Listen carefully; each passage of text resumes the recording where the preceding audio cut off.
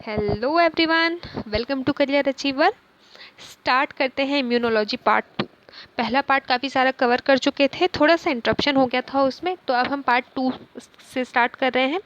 एक बार रिव्यू कर लेते हैं हमने पहले लेक्चर में क्या पढ़ा। हमने जाना कि इम्यूनोलॉजी क्या होती है, इम्यून सिस्टम क्या होता है। जब भी हमारी बॉडी में कोई भी फॉरेन पार्टिकल, कोई भी पैथोजन एंटर करता है तो हमारी बॉडी उसके अगेंस्ट लड़ती है, उससे फाइट करती है। इसको हम बोलते हैं इम्यूनिटी। तो हमारी जो बॉडी की एबिलिटी होती है बाहर के पैथोजेंस, फॉरेन पार्टिकल से लड़ने की, इसको हम इम्यूनिटी बोलते हैं। और इसकी स्टडी को हम इम्यूनोलॉजी बोलते हैं। जो इसकी स्टडी करते हैं उनको हम इम्यूनोलॉजिस्ट बोलते हैं। इम्यून सिस्टम क्या होता है? वो सेल्स और ऑर्गन्स जो हमारी इम्यूनिटी में रिस्पॉन्सिबल होते हैं, ठीक है, हमारी बॉडी को लड़ने की क्षमता प्रोवाइड करते हैं। कुछ सेल्स, कुछ ऑर्गन्स, है ना। कुछ सेल्स मतलब बहुत सारे सेल्स होते हैं, जैसे कि मोनोसाइट्स, मैक्रोफेजेस, लिम्फोसाइट्स, न्यूट्रोफिल्स, है ना। ये सब क्या करते हैं? ये हमारी बॉडी को प्रोटेक्ट करते हैं किसी भी पैथोजन से। तो ये क्या, इनके नेटवर्क को, इन सब सेल्स और ऑर्गन्स के नेटवर्क को हम बोलते हैं इम्यून सिस्टम, ठीक है। फिर हमने बात करी थी इम्यूनिटी दो टाइप की होती है। एक होती है नेचुरल इम्यूनिटी, जिसको हम इन्नेट या फिर इनबॉर्न इम्यूनिटी कहते हैं, कंजेनाइटल इम्यूनिटी भी कहते हैं, और नॉन स्पेसिफिक इम्यूनिटी भी कहते हैं। दूसरा हम बात करते हैं एक्वायर्ड इम्यूनिटी की, जिस पर हमने बात करी थी। जो एक्वायर्ड इम्यूनिटी है इसको हम अडेप्टिव इम्यूनिटी या फिर स्पेसिफिक इम्यूनिटी भी कहते हैं, ठीक है। हमने बात करी थी जो हमारी एक्वायर्ड इम्यूनिटी होती है, ये फर्दर दो टाइप की होती है।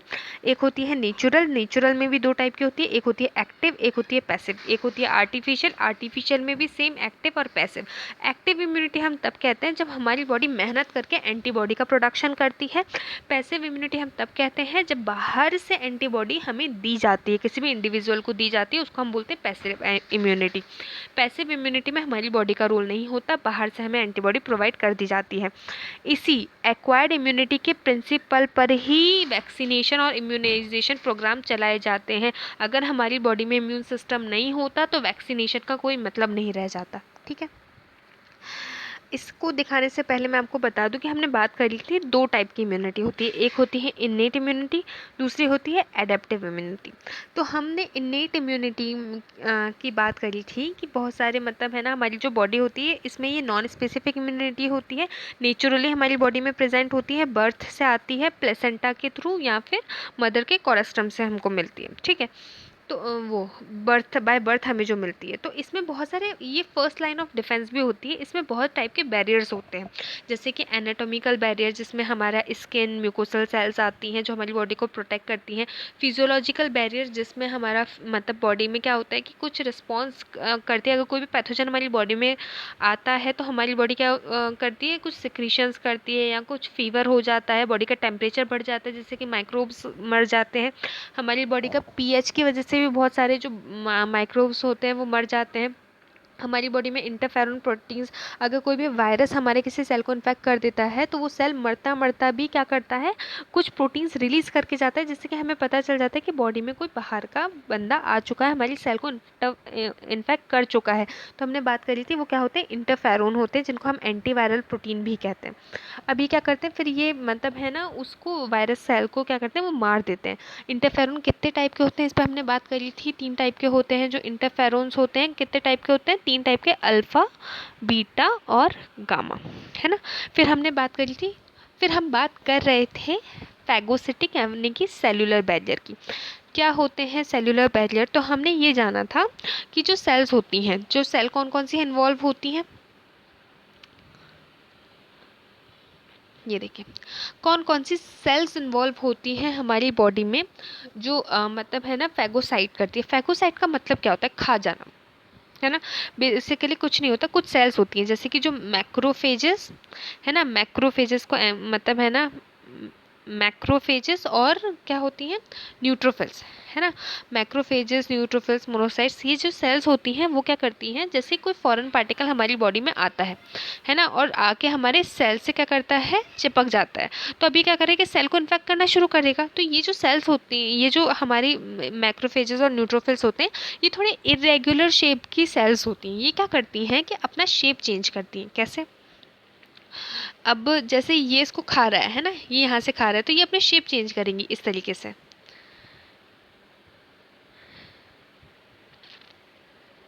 है ना। अब इसको क्या लगेगा बैक्टीरिया को कि ये तो खाता जा रहा है इसको, है ना, बट जो फैगोसिटिक सेल्स होती हैं वो क्या करती हैं, इसको ट्रैप करती हैं। तो ये क्या करेंगे, इसको ट्रैप करेंगी, फिर इन सेल्स के अंदर कुछ लाइसोजाइम, कुछ जो बैक्टीरिया इनहिबिटिंग एंजाइम्स होते हैं वो रिलीज होंगे, और इस सेल को क्या करेंगे, वो इस सेल को वो मार देंगे, उस पर एक्ट करेंगे और इस सेल को मार के छोटे छोटे डिस्ट्रॉय कर देंगे, और डिस्ट्रॉय करके बाहर फेंक देंगे है ना, सेल के बाहर फेंक देंगे, अब उसका कोई मतलब नहीं रहेगा। तो इसी को हम बोलते हैं फैगोसाइटोसिस। एक बार और देख लेते हैं। तो अब हम बात करते हैं फैगोसाइटोसिस। ठीक है, फैगोसाइटोसिस वैसे मैंने आपको समझा दिया कि क्या प्रोसेस होती है, लेकिन एक रफ सा डायग्राम बना दिया है जिससे कि आपको अच्छे से समझ में आ जाए। मान लीजिए ये कोई बैक्टीरिया है, ठीक है, ये आपको दिख रहा है, ये रेड कलर का बैक्टीरिया है। जैसे ही किसी सेल पे अटैच होगा तो उस प्रोसेस को, जो हमारी पहली प्रोसेस होती है उसको हम बोलते हैं अटैचमेंट या फिर एडहेरेंस। बात वहाँ से शुरू होती है, जैसे ही कोई माइक्रोब, जैसे मान लीजिए माइक्रोब यहाँ पे आके अटैच हो गया तो सेल क्या करेगा, इंजेस्ट करना स्टार्ट करेगा उसको। लेकिन बैक्टीरिया को ये लगेगा, किसी भी पैथोजन को ये लगेगा कि वो उस सेल को खा रहा है। अब जैसे ही वो इस सेल को खा रहा होगा तो क्या करेगा, तो यहाँ पर क्या होगा, इससे फॉर्म होगा, इस प्रोसेस को, जैसे इसको लगेगा ये इंजेस्ट कर रहा, खा रहा है उस बैक्टीरियल सेल को, या मतलब सॉरी बैक्टीरिया नहीं, होस्ट की सेल को खा रहा है। तो उस टाइम पर क्या होता है कि जो हमारा मैक्रोफेज होता है वो उसको इंजेस्ट करने की कोशिश करता है ना, एक प्रोसेस के थ्रू। तो ये सबसे पहले जब वो ऐसा कुछ बनाता है तो इस प्रोसेस को हम बोलते हैं इंजेशन। इसके बाद क्या होता है, अब ये क्या करेगा, यहाँ से इसको कवर कर देगा और क्या बन जाएगा, ये बन जाएगा फैगोसोम। फैगोसोम का मतलब अब जो बैक्टीरिया यानी कि जो भी ऑर्गेनिज्म है वो किसके अंदर आ चुका है, उस सेल के अंदर फंस चुका है। अब इस सेल के अंदर क्या होगा कि इस सेल के अंदर कुछ लाइजोजाइम्स, ग्रीन कलर के जो दिख रहे हैं ये लाइजोसोम होते हैं। ये क्या करते हैं, बैक्टीरिया को डिस्ट्रक्ट करते हैं। एंजाइम्स होते हैं जो एंटी बैक्टीरियल एक्शन होता है इनका, है ना, जो भी ऑर्गेनिज्म होते हैं उसको किल करते हैं। तो ये क्या बनाएंगे, ये बनाएंगे यहाँ से फैगोलाइसोसोम। अब क्या करेंगे, जैसे ही ये अपने सिक्रेटिंग एंजाइम्स रिलीज करेंगे तो ये जो बैक्टीरिया होगा इसकी सेल वॉल जो होगी वो, मतलब जो सेल होगी वो डिस्ट्रक्ट हो जाएगी, ख़त्म हो जाएगा, मर जाएगा। इसी को हम बोलते हैं डिस्ट्रक्शन। फिर बाद में ये बाहर फेंक देता है ऐसे, है ना। ये जो पूरी प्रोसेस होती है इसको हम बोलते हैं फैगोसाइटोसिस। तो ये आपको समझाने के लिए मैंने डायग्राम बनाया था। अगर अच्छा तो खैर नहीं है, ठीक ठीक है, समझ में आ जाना चाहिए बस। अब आगे बढ़ते हैं। हमने कल भी बात करी थी एंटीजन एंटीबॉडी की, ठीक है। एक मिनट यहाँ पे रुकते हैं। हाँ, तो अभी हमारे बैचलर्स कंप्लीट नहीं हुए, पहले इसको कंप्लीट कर लेते हैं, उसके बाद हम आगे बढ़ेंगे। तो हम बात करते हैं नेक्स्ट इन्फ्लामेटरी बैरियर की। इन्फ्लामेटरी बैरियर में क्या कुछ ज़्यादा नहीं होता इसमें, मतलब होता तो है ज़्यादा, ऐसा भी नहीं है। जैसे ही मान लीजिए कोई भी आपकी बॉडी में पैथोजन एंटर करता है तो आपने देखा होगा कि आपको बुखार आता है। मैंने आपको बताया कि हमें बुखार क्यों आता है, जैसे हमारी बॉडी में कुछ एंटर करता है तो हमारी बॉडी का टेम्परेचर बढ़ जाता है। कई सारे ऑर्गेनिज्म उस ज़्यादा टेम्परेचर पर सर्वाइव नहीं कर पाते और क्या होते हैं, किल हो जाते हैं। लेकिन कई सारे अदर केसेस भी होते हैं। आपने देखा होगा कि कई बार क्या होता है कि आप, है ना, गिर गए, आपको चोट लग गई, तो आपकी जहाँ चोट लगती है तो वहाँ पे रेडनेस हो जाती है ना, और थोड़ी सी जो मतलब है ना सूजन सी भी आ जाती है कई बार। तो यहाँ मच्छर काट लेता है तो भी, है ना, थोड़ा फूल जाता है और रेडनेस आ जाती है। क्या रीज़न होता है उसका, क्यों होता है ऐसा?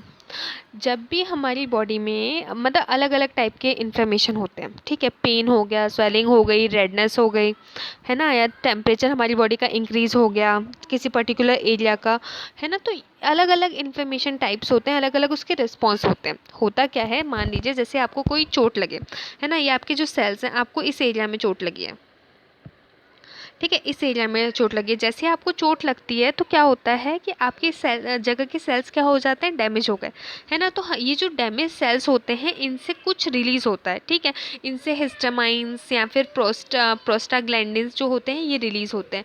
जैसे ही ये रिलीज़ होते हैं तो हमारी बॉडी में क्या होता है, तो हम ये जैसे ही ये रिलीज़ होते हैं तो एलर्जिक टाइप की होती है, थोड़ा सा पेन होता है ना, उस जगह पे जहाँ पे हमें हमारे जो टिश्यूज़ हैं वो डैमेज हुए तो वहाँ पे थोड़ा सा पेन होता है, थोड़ा सा फूल जाता है, रेडनेस हो जाती है। रेडनेस इसलिए हो जाती है क्योंकि जो हमारे टिश्यूज़ होते हैं वो थोड़े डायलेट होना स्टार्ट होते हैं ना, थोड़े फैलते हैं, तो इसको हम वैसोडाइलेशन भी कहते हैं। इसकी वजह से रेडनेस हो जाती है, स्वेलिंग भी हो जाती है क्योंकि बहुत सारा फ्लूइड आके यहाँ पे भर जाता है, एक्यूमुलेट हो जाता है, इसलिए स्वेलिंग भी हो जाती है। तो ये अलग अलग टाइप के इन्फ्लेमेटरी बैरियर्स होते हैं जो हमारी बॉडी के मतलब है ना पर्टिकुलर जो टिश्यूज़ ख़राब हुए हैं उनको रिपेयर करो, है ना, और बाकी और टिश्यूज़ को ख़राब ना होने दो, इसकी वजह से होते हैं। अब ये जो हिस्टामाइन और प्रोस्टाग्लैंडिन्स होते हैं, सॉरी ये क्या लिखा है समझ में भी नहीं आ रहा।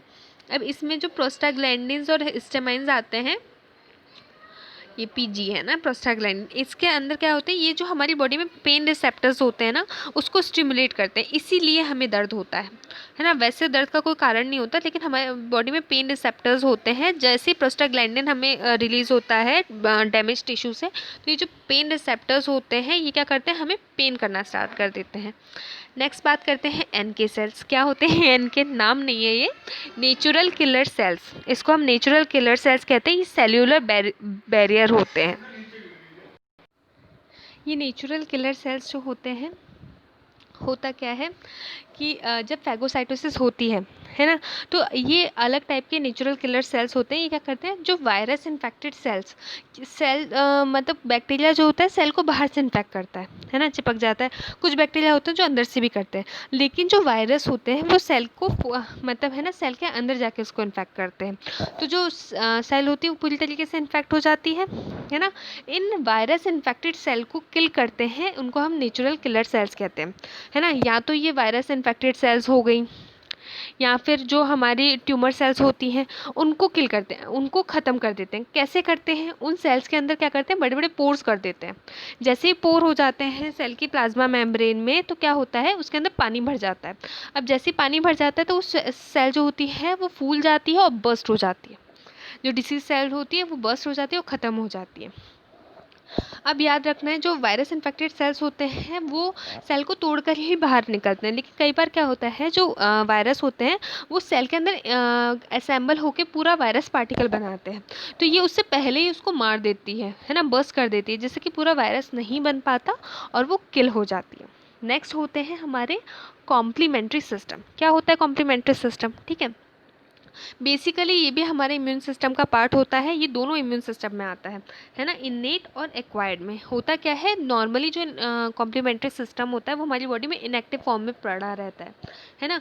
जैसे ही लेकिन जैसे हमारी बॉडी में एंटीजन एंटीबॉडी मतलब है ना कोई भी एंटीजन आया, उसके अगेंस्ट हमारी बॉडी ने एंटीबॉडीज़ बना ली, है ना। जैसे ही एंटीबॉडीज़ बन जाती हैं और ये कॉम्प्लेक्स एंटीजन एंटीबॉडी से चिपक जाता है, और इस कॉम्प्लेक्स को हम एंटीजन एंटीबॉडी कॉम्प्लेक्स कहते हैं।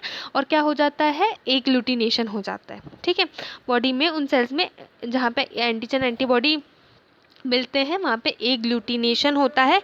इसी को हम क्या कहते हैं, मतलब है ना, अब जैसे ही एग्लूटिनेशन होता है तो ये जो कॉम्प्लीमेंट्री सिस्टम होता है ये क्या होता है, ये एक्टिव हो जाता है। जैसे ही ये एक्टिव होता है तो ये क्या करता है, बहुत सारे कॉम्प्लीमेंट्स मिलकर एक इस तरीके का कैस्केड बनाते हैं, है ना, जाल टाइप का बनाते हैं। और है ना, और क्या करते हैं, सेल को मतलब जो भी बाहर का सेल होता है उसको ट्रैप करके उसको फैगोसाइटोज कर देते हैं, यानी कि मतलब है ना मार देते हैं, सेल की लाइसिस कर देते हैं। तो बहुत सारे C1 C2 है ना C3 ऐसे करके कॉम्प्लीमेंट्स मिलते हैं और एक कैस्केड टाइप का बना देते हैं, इस तरीके का जाल बनाते हैं। और उसमें क्या होता है, जो ऑर्गेनिज्म होता है वो फंस जाता है और उसको मार देते हैं एंजाइम्स रिलीज़ करके। इसी को हम बोलते हैं कॉम्प्लीमेंट्री सिस्टम। तो हमने 5-6 टाइप के बैरियर्स पढ़े। पहले हमने पढ़े एनाटॉमिकल और फिजिकल बैरियर, जिसके अंदर हमने स्किन और म्यूकोसा की बात करी। दूसरा हमने बात करी फिजियोलॉजिकल बैरियर, इसमें हमने अलग अलग टाइप के बैरियर्स पर मतलब मैंने चीज़ें देखी, जैसे फीवर, पीएच बॉडी का, बॉडी में सिक्रीशंस, इंटरफेरॉन प्रोटीन्स की बात करी। फिर हमने फैगोसाइटोसिस या सेलुलर बैरियर की बात करी, जिसमें अलग अलग प्रोसेस होती है, अटैचमेंट होता है, इंजेशन होता है, इंटरसेलुलर किलिंग होती है, फैगोलाइसोसोम बन जाता है। ठीक है, इस तरीके से फिर एंजाइम्स रिलीज़ होते हैं और किलिंग हो जाती है। फिर हमने बात करी इन्फ्लामेटरी बैरियर की, जिसमें हमने रेडनेस, पेन और टेम्परेचर इंक्रीज़ होना, है ना, स्वेलिंग होना, इन सब पे बात करी। फिर नेक्स्ट हमने बात करी नेचुरल किलर सेल्स की। ये भी सेलुलर बैरियर होते हैं, जो वायरस इन्फेक्टेड सेल्स होती हैं या फिर जो हमारे ट्यूमर सेल्स होते हैं उनके अंदर पोर्स क्रिएट कर देते हैं और उनको बर्स्ट कर देते हैं। फिर लास्ट हमने बात करी थी कॉम्प्लीमेंट्री सिस्टम की, ठीक है। तो कॉम्प्लीमेंट्री सिस्टम में हमने देखा था कि ये वैसे तो इनएक्टिव रहता है हमारी बॉडी में, लेकिन जैसे एंटीजन एंटीबॉडी कॉम्प्लेक्स बनता है एक जाल बना लेता है और जितने भी पैथोजेंस होते हैं उनको ट्रैप करता है। इतना क्लियर है? हमने इन्नेट इम्यूनिटी की अच्छे से बात कर ली, होपफुली आपको समझ में आ गया होगा। अब हम बात करेंगे एक्वायर्ड इम्यूनिटी की, ठीक है। उससे पहले मैं बात कर लूँ, जब भी एक्वायर्ड इम्यूनिटी की बात आती है तो इसमें यहाँ पर क्या होता है कि यहाँ पे एंटीबॉडी का यूज़ आता है, ठीक है। क्यों? क्योंकि यहाँ पे एंटीबॉडी का फॉर्मेशन होता है। तो एक खासियत बताऊँ कि जो ये एडेप्टिव इम्यूनिटी होती है हमारी, वो सिर्फ वर्टिब्रेट्स में प्रेजेंट होती है, ठीक है। और ये जो इम्यूनिटी होती है हमें बाहर से मिलती है, जैसे जैसे हम पैथोजेंस के कांटेक्ट में आते हैं उनके अगेंस्ट हमारी बॉडी क्या करती है, एंटीबॉडीज़ बनाती है। तो ये हमें एक्सपीरियंस से मिलती है ना। बाहर जब हमारा बर्थ हो जाता है, हम वॉर्म से बाहर आ जाते हैं, उसके बाद में ये इम्यूनिटी हमें मिलती है। तो इस इम्यूनिटी में क्या होता है, जैसे कोई मतलब है ना माइक्रो ऑर्गेनिज्म हमारी बॉडी में आता है ना। कोई भी माइक्रो ऑर्गेनिज्म हमारी बॉडी में, किसी की भी बॉडी में एंटर होता है, ठीक है। तो क्या होता है, हमारी बॉडी के अंदर कुछ रिसेप्टर्स होते हैं और इस माइक्रो ऑर्गेनिजम्स के ऊपर कुछ एंटीजन्स यानी कि कुछ कार्बोहाइड्रेट मतलब कार्बोहाइड्रेट या फिर प्रोटीन्स होते हैं, जो क्या करते हैं हमारी बॉडी को बता देते हैं कि हम आ गए। इनके अगेंस्ट हमारी बॉडी के कुछ सेल्स होते हैं जो एंटीबॉडी बनाते हैं, वो होते हैं हमारे बी सेल्स, है ना, बी लिम्फोसाइट्स। तो इनके बारे में भी हम देखेंगे, वो होते हैं। तो ये जो एंटीबॉडीज़ होती हैं ये होती क्या हैं, ये वाई शेप के इम्यूनोग्लोबुलिन्स होते हैं, है ना। ये इम्यूनोग्लोबुलिन्स क्या करते हैं, ये वैसे तो ये प्रोटीन होते हैं जो हमारे ब्लड में पाए जाते हैं। ये एंटीजन से लड़ते हैं, एंटीजन्स को किल करते हैं। ये एंटीजन्स क्या होते हैं, ये प्रोटीन यानी कि या फिर पॉलीसेकेराइड्स होते हैं जो कि हमारे इम्यून सिस्टम को स्टिमुलेट करते हैं और हमारे इनके अगेंस्ट हमारी बॉडी एंटीबॉडीज़ बनाती है। तो ये एक दूसरे से जुड़े हुए हैं। जब हमारी बॉडी में एंटीजन आएगा उसी टाइम पे हमारी बॉडी क्या करेगी, एंटीबॉडीज़ का फॉर्मेशन करेगी। कुछ डिसीज़ भी इससे रिलेटेड है, उसकी बात हम बाद में करेंगे। 5 तरीके की एंटीबॉडीज़ हमारी बॉडी बनाती है, ठीक है। एंटीबॉडीज़ को हम इम्यूनोग्लोबुलिन्स भी कहते हैं। ये क्या होती है, ये प्रोटीन्स होती हैं। तो ये जो इम्यूनोग्लोबुलिन्स होती हैं 5 टाइप की होती है। एक होती है जी, एक होती है ए, एक होती है एम, एक होती है डी, एक होती है ई। अब हम बात करते हैं इसके स्ट्रक्चर की। तो जो हमारी एंटीबॉडी होती है उसका स्ट्रक्चर कैसा होता है, उसमें 2 चेन्स होती हैं। एक होती है वाई चेन, है ना, मतलब एक होती है हैवी चेन, वाई शेप की होती है। एक होती है हैवी चेन, इसमें एक होती है लाइट चेन। जो हैवी चेन होती है और जो लाइट चेन होती है वो एक दूसरे से जुड़ी हुई होती हैं। जिस बॉन्ड से जुड़ी हुई होती है वो होता है डाइसल्फाइड बॉन्ड, है ना, 2 सल्फर होते हैं, इनसे जुड़ी हुई होती हैं, ठीक है। अब इसमें 2 रीजंस होते हैं, एक होता है एंटीजन बाइंडिंग रीजन, दूसरा होता है एफसी रीजन जहाँ पे आके कॉम्प्लीमेंट बाइंड करता है, ठीक है। इसको कांस्टेंट रीजन भी कहते हैं।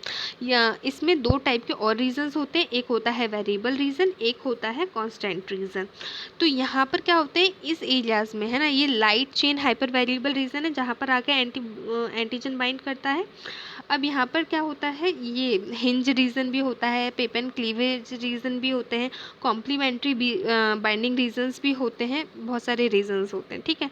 याद रखना 2 इंपॉर्टेंट चीज़, पहला तो 2 चेन होती है, लाइट चेन होती है, हैवी चेन होती है। जो हैवी चेन होती है वो उसकी यूनिट क्या होती है, 19 एस सिविटबर्ग यूनिट होती है। और जो लाइट चेन होती है उसकी, एक मिनट में चेक कर लेती हूँ,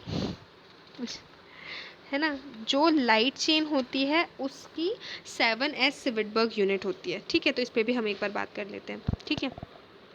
ये जो हैवी चेन होती है इसमें 19s यूनिट होती है, जो लाइट चेन होती है इसकी 7s यूनिट होती है।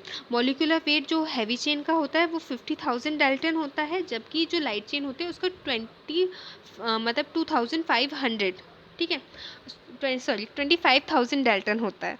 गलती से निकल गया, है ना। तो इसका आधा वेट होता है, हैवी चेन का आधा वेट होता है लाइट चेन में। अमाइनो एसिड्स हैवी चेन में 420, जो हैवी चेन होती है उसके अंदर 420 से 460 अमाइनो एसिड्स प्रेजेंट होते हैं, जबकि जो लाइट चेन होती है उसके अंदर 210 से 230 अमाइनो एसिड्स प्रेजेंट होते हैं। जो हैवी चेन होती है वो नॉन आइडेंटिकल होती हैं, सारे इम्यूनोग्लोबुलिन्स में सेम नहीं होती, है ना। जो 5 अलग अलग टाइप के इम्यूनोग्लोबुलिन अभी हम पढ़ेंगे, IgG, IgA, IgM, IgD, IgE, इनके अंदर जो हैवी चेन्स होती हैं वो डिफरेंट होती हैं, नॉन आइडेंटिकल होती हैं। जो लाइट चेन होती हैं उसके अंदर 2 टाइप की, मतलब है ना, दो टाइप के अलग अलग रीजन्स होते हैं, मतलब है ना, दो टाइप जो स्ट्रक्चर होता है उनका। एक तो कैप्पा होता है, जो लाइट चेन का स्ट्रक्चर होता है डिफर करता है। एक कैप्पा होता है, एक होता है लैम्डा, है ना। कैप्पा रीजन ज़्यादा देखने को मिलता है लाइट चेन में, जबकि लैम्डा रीजन कम देखने को मिलता है। तो कैप्पा और लैम्डा जो होता है वो 2:1 के रेशियो में देखने को मिलते हैं। ये छोटी बात, थोड़ी छोटी छोटी बातें हैं, अगर कंसीडर करना है तो ठीक है, नहीं तो कोई बात नहीं, आपको पता होना चाहिए इसलिए मैंने बता दिया, ठीक है। हमने बात करी एंटीबॉडीज़। एंटीबॉडीज़ को कौन प्रोड्यूस करता है? टी लिम्फोसाइट्स प्रोड्यूस करते हैं। कैसे प्रोड्यूस करते हैं वो अब हम बात करेंगे, लेकिन उससे पहले मैं आपको एक चीज़ और बता दूँ, एक मिनट, कि आते कहाँ से, बी सेल्स करते क्या हैं, ये टी सेल्स करते क्या हैं, है ना, इस पर हम बात करते हैं। तो हमने बात करी थी दो इम्यूनिटी की, ठीक है। एक हमने बात करी थी एक्टिव इम्यूनिटी की, एक हमने बात करी थी पैसिव इम्यूनिटी की। तो एक्टिव इम्यूनिटी या फिर एक्वायर्ड इम्यूनिटी में क्या होता है, हमारी बॉडी में एंटीबॉडीज़ बनती है। ये एंटीबॉडी कहाँ से आती है? कोई ना कोई तो बनाता होगा ना। तो आप लोगों ने सुना होगा, हमारे एक बॉडी में एक ऑर्गन होता है जिसको हम बोलते हैं बोन मैरो। जो लार्ज बोन्स होती हैं उनके, मतलब है ना, जो एजेस होते हैं वहाँ पे बोन मैरो प्रेजेंट होता है। इस बोन मैरो, जो ये बोन मैरोज होते हैं, ये फॉर्म करते हैं इन टी सेल्स और बी सेल्स को। जो बोन मैरो होता है इसमें क्या होता है, ये जो बोन मैरो होता है, थाइमस होता है, ये हमारे क्या होते हैं, ये हमारे लिम्फॉइड ऑर्गन्स होते हैं जहाँ पे इनका फॉर्मेशन होता है। तो बोन मैरो से बनते हैं स्टेम सेल्स। जो स्टेम सेल्स होते हैं इनको हम लाइफोसाइट प्रिकर्सर्स भी बोलते हैं, ठीक है, लाइफोसाइट प्रिकर्सर्स भी बोलते हैं। अब ये जो स्टेम सेल्स होते हैं ये अलग अलग सेल्स में डिफ्रेंशिएट होते हैं। कुछ जो स्टेम सेल्स होते हैं उसको हम हिमेटोपोइटिक स्टेम सेल्स भी कहते हैं। कुछ रेड ब्लड सेल्स बनाते हैं, कुछ वाइट ब्लड सेल्स बनाते हैं, है ना। तो ये डिफ्रेंशिएट होते हैं। तो कुछ स्टेम सेल्स जो होते हैं वो बनाते हैं टी सेल। अब ये जो टी सेल्स होती हैं जिसको हम थाइमस, ये जो टी सेल्स होती हैं ये बनती तो बोन मैरो में है, लेकिन मैच्योर कहाँ पर होती है, थाइमस में जाके, इसलिए हम इसको टी सेल्स के नाम से जानते हैं, ठीक है। अब ये जो टी सेल्स होती हैं ये 4 टाइप के और सेल्स बनाती है, 4 टाइप की होती हैं। कौन कौन से सेल्स बनाती है? मेमोरी सेल्स बनाती हैं, सप्रेसर सेल्स बनाती हैं, किलर सेल या फिर साइटोटॉक्सिक सेल्स बनाती हैं, और हेल्पर सेल्स बनाती हैं। ये जो हेल्पर सेल्स होती हैं ये क्या करती हैं, बॉडी की किलर जो किलर सेल्स होती हैं और जो बी सेल्स होती हैं इनको स्टिम्युलेट करती हैं, है ना, इनको प्रोत्साहित करती हैं, मतलब एक्टिवेट टाइप का करती हैं, ठीक है। और जो हमारी किलर सेल्स होती हैं ये इन्फेक्टेड सेल्स को, ये जो हमारी ये वाली, एक मिनट कलर चेंज करो, हाँ, ये जो हमारी किलर सेल्स होती हैं ये क्या करती हैं, जो भी इन्फेक्टेड सेल्स होता है उसको किल करती हैं। सप्रेसर सेल्स जो होती हैं, जो हमारी साइटोटॉक्सिक सेल्स और जो हेल्पर सेल्स होती हैं उनको थोड़ा सप्रेस करती है, बी सेल प्लाज्मा सेल्स, जिससे कि जो हमारे मतलब है ना, सप्रेसिंग हमारी बॉडी की जो इम्यून सिस्टम हो कहीं अपनी बॉडी को किल ना कर दे, है ना। इसलिए ये क्या करती है, ये जो बाकी के सेल्स होते हैं इनको सप्रेस करने का काम करती है, ठीक है, इसलिए हम इसको सप्रेसर सेल्स कहते हैं। मेमोरी सेल्स क्या करती हैं, जो ये मेमोरी सेल्स का काम क्या होता है कि कई बार क्या होता है, जो पैथोजन को मार दिया है ना, उसके बाद भी कुछ मेमोरी सेल्स रह जाते हैं बॉडी में। जैसे ही दोबारा से पैथोजन हमारी बॉडी में एंटर करता है तो क्या होता है कि उसको हम ख़त्म कर देते हैं, है ना। उसको ये जो मेमोरी सेल्स होती हैं जल्दी जल्दी एंटीबॉडी का प्रोडक्शन करती हैं और उसको ख़त्म कर देती हैं। स्टेम सेल्स दो तरीके की सेल बनाते हैं, एक तो बनाते हैं टी सेल, एक बनाते हैं बी सेल। ये जो बी सेल होती है ये बोन मैरो के अंदर ही मैच्योर होती है और बनाती है प्लाज्मोब्लास्ट। ये जो प्लाज्मोब्लास्ट होता है ये फर्दर डिफ्रेंशिएट होता है और क्या बनाता है, मेमोरी सेल्स बनाता है और प्लाज्मा सेल्स बनाता है। अब ये जो मेमोरी सेल्स और प्लाज्मा सेल्स होती हैं ये क्या करती हैं, इसमें से जो मेमोरी सेल्स होती हैं वो तो कुछ तो रह जाती हैं, है ना, कुछ रह जाती है। जैसे जब दोबारा बॉडी में इन्फेक्शन होगा तो ये मेमोरी सेल्स क्या करेंगी, एंटीबॉडी का प्रोडक्शन करेंगी, है ना, दोबारा से। प्लाज्मा सेल्स एंटीबॉडीज़ बनाती हैं। जो प्लाज्मा सेल्स होती हैं जो डिफरेंट टाइप की एंटीबॉडीज़ होती हैं, IgG, IgA, एक मिनट, हाँ। अब ये जो प्लाज्मा सेल्स होती हैं ये अलग अलग टाइप की एंटीबॉडीज़ का प्रोडक्शन करती हैं। IgG, IgA, IgD, IgM, IgE, IG, है ना, ये इम्यूनोग्लोबुलिन्स बनाती हैं। अब हम एक बार और समझते हैं, ठीक है। हमें ये पता चल गया कि हमारी बॉडी में एक ऑर्गन होता है, एक मिनट, जिसको हम बोलते हैं बोन मैरो। ये बोन मैरो क्या होता है, स्टेम सेल्स बनाते हैं। ये जो स्टेम सेल्स होते हैं डिफ्रेंशिएट होते हैं टी सेल और बी सेल। अभी जो टी सेल्स होती हैं 4 टाइप की होती हैं, मेमोरी सेल होती हैं, सप्रेसर होती हैं, किलर सेल्स होती हैं और हेल्पर सेल्स होती हैं। ये बी सेल क्या होती हैं, ये डिफ्रेंशिएट होती हैं और बनाती हैं प्लाज्मोब्लास्ट। ये जो प्लाज्मोब्लास्ट होते हैं फिर क्या बनाते हैं, मेमोरी सेल्स और प्लाज्मा सेल्स। अब यहाँ पे ये वाले जो प्लाज्मा सेल्स होते हैं वो क्या करते हैं, प्लाज्मा सेल्स जो होते हैं वो एंटीबॉडीज़ का प्रोडक्शन करते हैं। और कौन कौन सी एंटीबॉडीज़ बनाते हैं, IgG, IgA, IgM, IgD, IgE.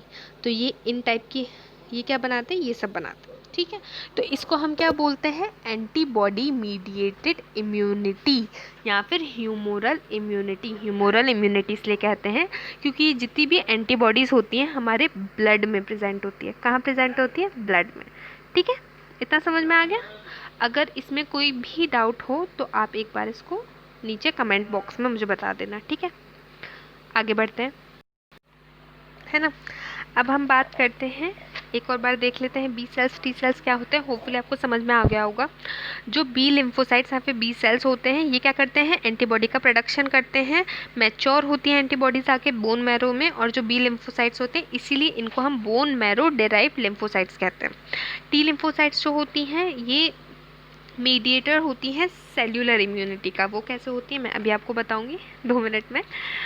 अब ये जो टी सेल्स होती हैं ये भी बोन मैरो में अराइज होती है, लेकिन क्या होता है ये बोन मैरो से चली जाती हैं थाइमस में और थाइमस में जाके मैच्योर होती हैं, इसलिए हम इसको थाइमस डिराइव्ड लिम्फोसाइट्स कहते हैं। अभी हम एक बार एंटीबॉडी की बात कर लेते हैं, पूरा एंटीबॉडी पढ़ लेते हैं। 5 टाइप की एंटीबॉडीज होती हैं, हमने बात करी, एक मिनट, है ना। ये 5 टाइप की, आईजीजी, आईजीई, आईजीडी, आईजीएम और आईजीई। ठीक है, जो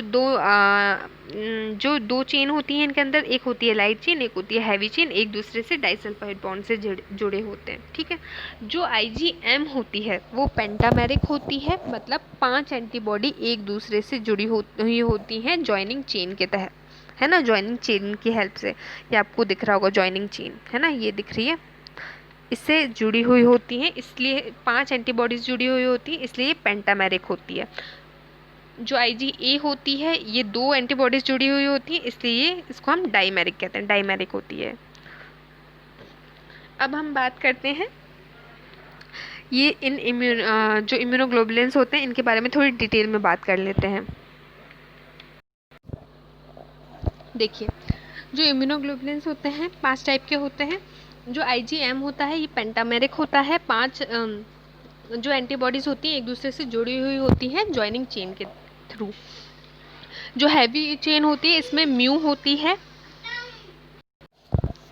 ना। सब में डिफरेंट चेन्स होती हैं। जो आईजीएम होता है उसके अंदर म्यू होती है, आईजीजी के अंदर गामा होती है, आईजीए के अंदर अल्फा होती है, आईजीई के अंदर एप्सिलॉन होती है और आईजीडी के अंदर डेल्टा होती है। ठीक है, अलग अलग एंटीजन बाइंडिंग साइट्स होती हैं क्योंकि आईजीएम पेंटामर होता है। एक एंटीबॉडी के अंदर 2 साइट्स होती हैं बाइंडिंग, 2 एंटीजन बाइंडिंग साइट्स होती हैं, तो 5 के अंदर कितनी हुई, 10 हो गई। तो जो एंटीजन बाइंडिंग साइट्स होती हैं आईजीएम के अंदर 10 होती हैं, जी के अंदर 2 होती हैं, ए के अंदर 4 होती हैं, ई के अंदर 2 होती हैं और डी के अंदर 2 होती हैं। एम के अंदर 10 क्यों होती है, क्योंकि इसके अंदर 5 एंटीबॉडीज ज्वाइन होती हैं। और आईजीए के अंदर 4 इसलिए होती है क्योंकि ये डाइमेरिक होता है, 2 एक दूसरे से जुड़ी हुई होती है। मॉलिक्यूलर वेट सबका वेरी करता है, अलग अलग होता है। परसेंटेज जो टोटल एंटीबॉडीज अलग अलग परसेंट में प्रेजेंट होती है, आईजीएम 6% बॉडी में प्रेजेंट होती है, जी 80% होती है, सिक्रीटरी आईजीए जो होती है वो 13% होती है, ई सबसे कम 0.002% होती है और ई क्या होती है, एलर्जिक होती है, एलर्जिक रिएक्शंस को प्रमोट करती है। डी जो होती है 1% प्रेजेंट होती है।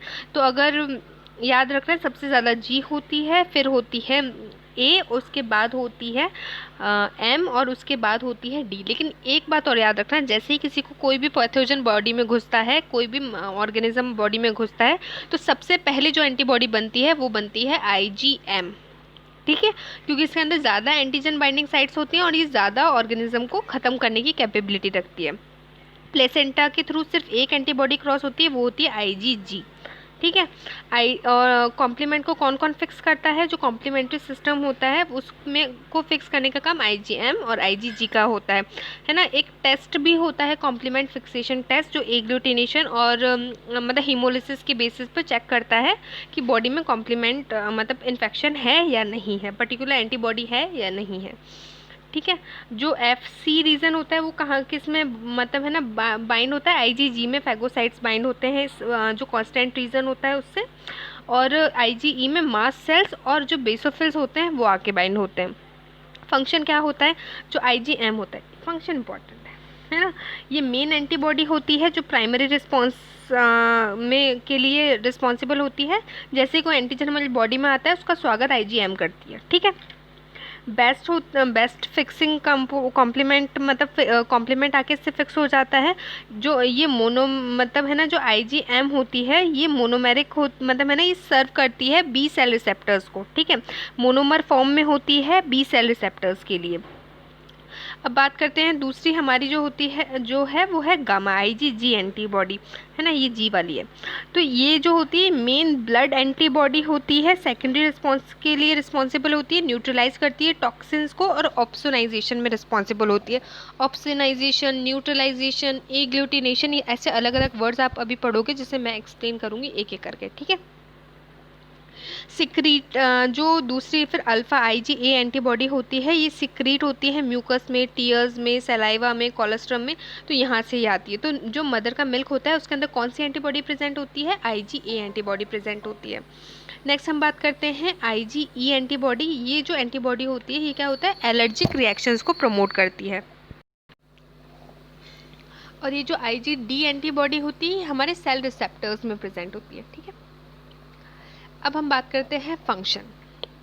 सारी जो एंटीबॉडीज़ होती हैं उनके अलग अलग फंक्शन होते हैं वैसे तो, लेकिन कुछ के कॉमन होते हैं।